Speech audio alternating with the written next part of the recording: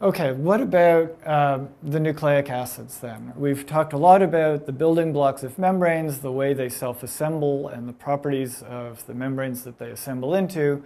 Let's go back to the genetic materials and think about what kinds of building blocks we need to assemble molecules like RNA.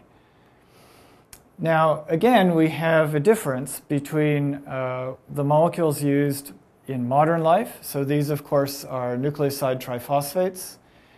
They're almost ideal substrates for a highly evolved cell with very, very powerful catalysts.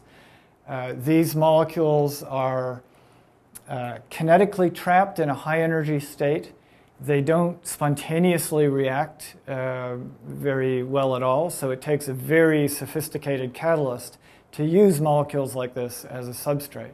They're also, of course, very polar. The triphosphate group is highly charged, and that prevents these molecules from leaking out of the cell, which would be a bad thing.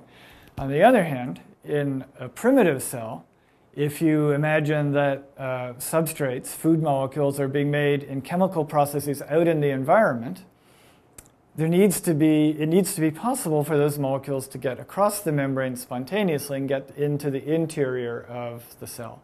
So then we need to think about different kinds of substrates, molecules that are less polar, so they can get into the cell, and more chemically reactive, so that they can polymerize without the need for very sophisticated, advanced, highly evolved catalysts.